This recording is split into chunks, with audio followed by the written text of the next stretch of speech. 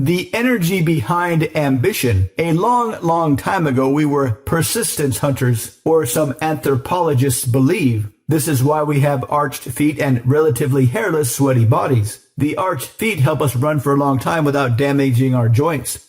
Kind of like shock absorbers. Our sweaty, hairless bodies bleed off body heat. Most animals can only do this by panting, which requires they stop and pant. So we, as the theory goes, can jog after an animal for a few hours.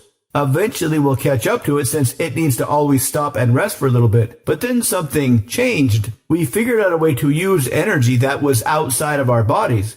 Before we had to consume energy directly. But to get energy, the only way was to burn energy inside of us, then eat the animal and convert that animal into energy. But then we discovered fire. Fire is a very useful tool. The energy tool that was always outside of our bodies. Using fire energy to get more energy required some thinking, some strategic conditional thinking. That takes a big brain. That takes communication and persuasion. To tell a bunch of cave dudes when and where to go and light the fires. To tell a couple other cave dudes where to secretly hide and ambush the animals running away from the fire. This is what drove the massive expansion in brain size. Whoever had the best brain in any generation would be the best thinker, the best strategic hunter, and that guy would get laid with all the ladies, the alpha.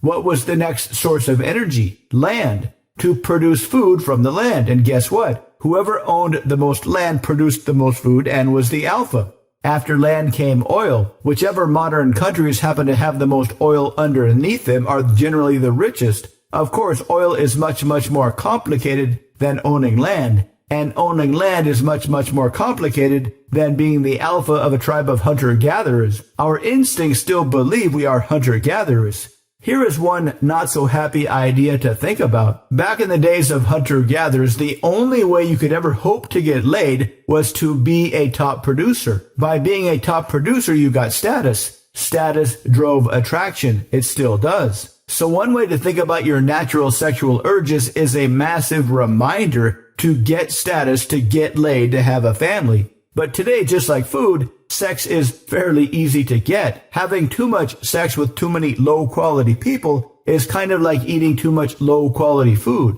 It feels good in the present, but it can be devastating in the long run. Consider your sex energy to be your most powerful force of motivation, the driver of creativity and ambition, to create a life unheard of in modern times. To learn more, visit mindpersuasion.com/live-training.